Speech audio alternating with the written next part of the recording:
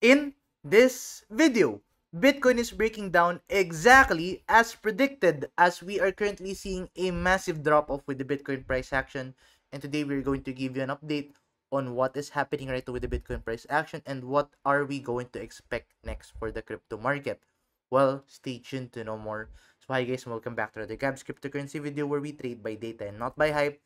And if you haven't subscribed to my channel, click the subscribe button down below and hit the notification bell so you won't miss out videos like this.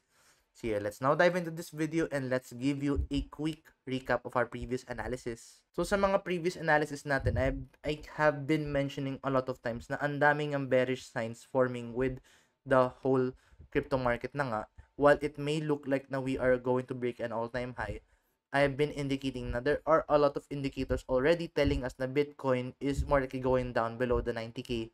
And in fact, I have also shown one of these videos na meron nga tayong pinakita na may bearish divergence sa daily time frame and 4-hour time frame. At the same time, meron nga din tayo nagko-cause na bearish cross sa monthly stochastic RSI, indicating na we are seeing a massive bearish sign dito kay Bitcoin price action. And take a look at this, guys. It has started playing out nga dito. You can see na after this bearish cross na pinost natin no isang araw, I can actually pull out that dito na meron nga tayong video na ayun no, nagkaroon tayo ng bearish cross sa stochastic RSI, and that is indicating a massive downside move kay Bitcoin. As you can see, ever since that stochastic RSI cross, we saw a massive drop off nga dito kay Bitcoin. So ayun nga, what is next for the Bitcoin price action ngayon? So, taking a look at this first in the daily time frame, to understand how low are we going to go dito kay Bitcoin, the best thing to do for now is number one, we can get the height of this itong breakdown, kasi as you can see, this breakdown is actually a double top pattern. So, a double top pattern usually targets a downtrend movement up until this area by getting the height nito, tapos lalagyan natin sa point of breakout. You can see na Bitcoin can more likely go within the 78 to 79,000 US dollars. So right now, I am expecting Bitcoin for now would not go lower than the 78 to and 79,000 US dollars. I think that's the lowest point for now.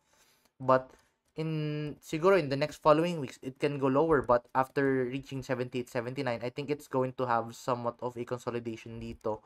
Kasi if you're going to look at the 4-hour time frame, you can see na Bitcoin is right now oversold na in the 4-hour time frame. So that is indicating na we might see somewhat a consolidation dito or a somewhat na pull back dito na paakyat. Tapos saka siya pwede bumaba, or yung consolidation niya na pwede mangyari dyan is somewhat like na parang magkakaroon siya ng bear flag kumbaga. So pwede dyan kasi mangyari is pababa siya ng pababa. Tapos habang pababa ng pababa, ang mangyayari dyan is pataas ng pataas yung RSI. In that case, that would be a bullish divergence. So it would have a short-term bullish retracement. Tapos after ng short-term bullish retracement, then usually ang nangyayari dyan is nagkakaroon siya ng somewhat of a bear flag. So if nagkaroon siya ng bear flag, you can see na that is going to form that is going to form this type of bearish movement, wherein pwede siya mag-continue to the downside dito kay Bitcoin at pababa ng pababa. But right now, since that is not yet currently happening, what we are going to wait out dito is for this bullish divergence to play out muna. In this case, if this bullish divergence is going to play out, then we can see a short-term bullish retracement. But I don't think it's going to go above 90k. I don't think it's possible to go above 90k for now.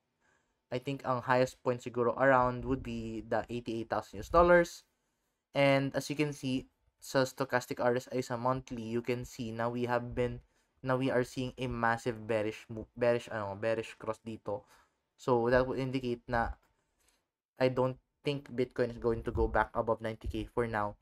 But looking at this in the weekly stochastic RSI, you can see na we are starting to form a bullish cross sa stochastic RSI ni Bitcoin. So that could indicate na pwede nga mag-play out yung bullish divergence dito, a short-term bullish retracement dito kay Bitcoin. So that would indicate Bitcoin going back around the siguro 86 or 88,000 US dollar level.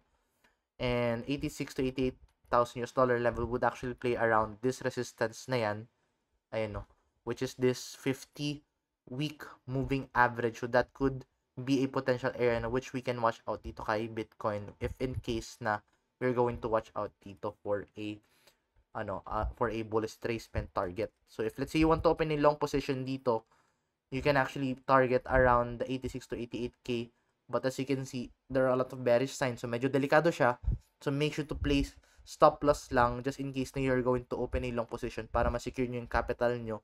Kasi either way, even if mahit yung mga stop loss nyo, ang mahalaga is nandun pa rin yung capital nyo para meron pa rin kayong pang-open ng next trades nyo dito kay Bitcoin.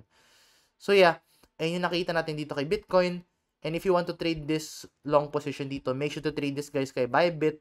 And I know na nagkaroon na recent issues kay Bybit and gagawa ko siya ng another video regarding that, yung mga nahack na Bybit. But yeah, for now, I would still recommend Bybit pa rin kasi yung nangyaring hack na yun, it's not a hack internally, it's somewhat done by a big group na kilalang yung big group na yun na hackers. But yeah, I will discuss that in a separate video. But yeah, make sure if you're going to trade this guys kay Bitcoin, make sure to trade this kay Bybit kasi kay Bybit you can claim up to $30,000 bonus. And also, mas mura yung ating Bitcoin trading fees dito as compared sa other platform. So, as much as possible, make sure to trade this guys kay Bybit. And if wala pa kayo account with Bybit, make sure to use our sign up link na you can find in the description down below. But anyway, yun muna update natin for the time being.